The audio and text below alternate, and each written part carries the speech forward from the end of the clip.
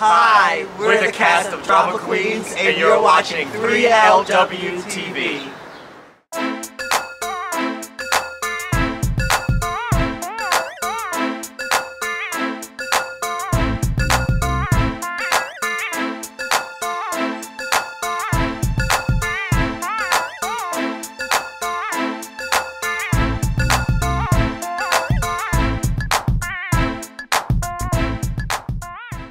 WTV. I'm Lionel Williams, hanging out in the theater district here in Manhattan, New York.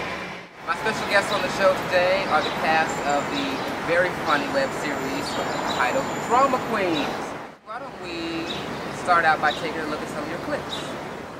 Clearly, he's a rude asshole. In all fairness, he never said that you weren't very good. He simply posed a hypothetical. Well, he can hypothetically kiss my ass. It's not even possible. Ooh.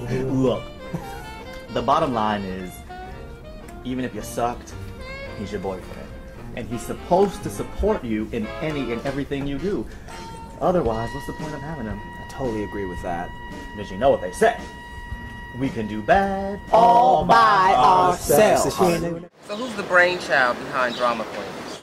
It kind of really birthed itself, actually. We had lots of friends who always were like, oh, you guys have a reality show. Y'all are so funny. And y'all just kicking. We actually are real life roommates in real life. People was like, you guys hang, I guess it's so funny, whatever. And then the wheels started turning. I was like, oh, well, we script something, you know.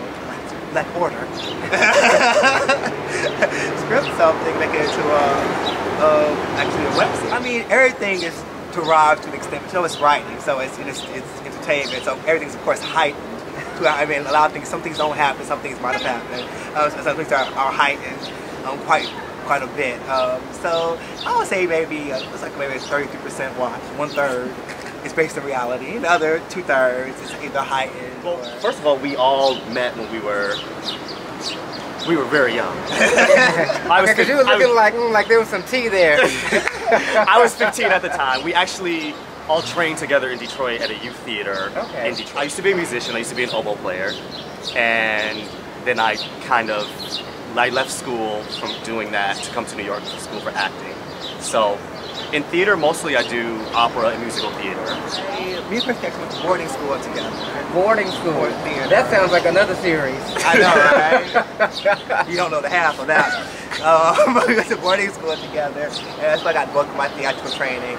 And then I didn't study theater in college, actually. I did pre-law and history in college and whatnot. But I still kept acting during college, and we all got out. When I got out, I did a tour of Aida and whatnot. And so I was still walking my training was either school or just learning by doing it. Like Jane said, we went to boarding school for theater, and then I went to a performing arts conservatory, Boston Conservatory of Music, and then, natural progression after that is we moved to New York. Who were some of your other musical influences or theatrical influences? Theatrical, Sammy Davis Jr. is a big one. Brian Stokes Mitchell is a big one. And then you have all the classic divas. Kathy Battle. Jesse Norman. Diane Carroll. Eartha Kitt. Audra McDonald. Whitney. Can get Whitney. Hello. Whitney. Shirley Bassey. I listen to a lot of Whitney Houston. Are you excited about her comeback? I am excited about her comeback. I'm also nervous too. But I also don't need her to have a comeback either, because what she left us with was strong enough. We want to know who's single. Well, I'm actually kind of seeing somebody. Seeing somebody. But I do think that decision or that choice, I don't know. I think ultimately it is a choice. I think if you honestly say that you don't want to be single, then you don't have to be single. There are plenty of great guys out there. I think I choose to be single. I mean, I'm not completely hanging it up. I just think if it's the right time, the right person, then hey. Some people choose to be single, obviously. You say you want to be single, but right now our focus is so different and scattered. And live in New York City, the first thing you have to do is make sure you're taking care of yourself and taking care of business. And if my goal to be here was to be, you know, dating and doing all of that, then obviously that's something I would be doing. I think right now we're really focusing on ourselves. And I mean, that's also an excuse to some extent too, because you don't always meet someone that you, you know, want to go out on a date with. The rise of HIV has been a huge crisis, especially in the Black gay community. And with dating and social networking and all this good stuff that's going on, when is it appropriate to tell someone that you are positive, or when is it appropriate to ask someone if they're positive? Well, I think up front, on either way, you can't really hide.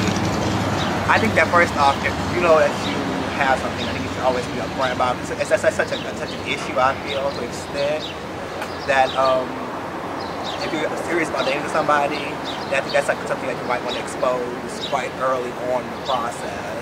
Because how people are, you know, everybody's going to take it. You can't really try to fool somebody to be in a relationship with you. You know, thinking if I disclose it for a while, it's not going to, you know.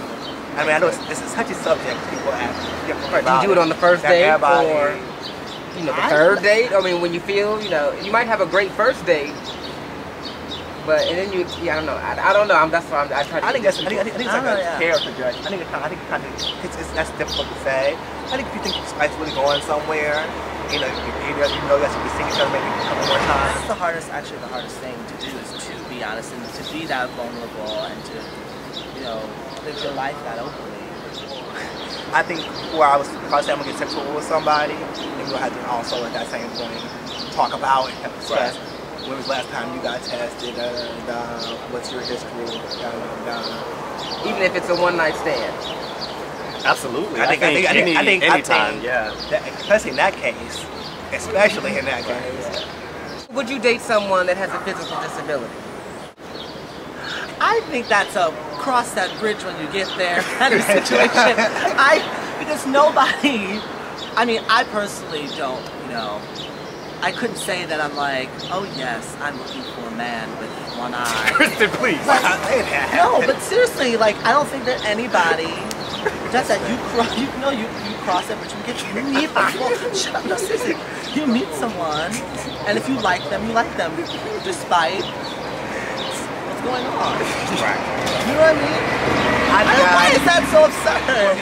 How many gorgeous men have you met that are like a 10 and they open their mouth to talk and they become a 1 immediately? And they become a 1 immediately. And so I think it depends on the person. I'd like to know your opinion about should one sex, should one not? What is the protocol?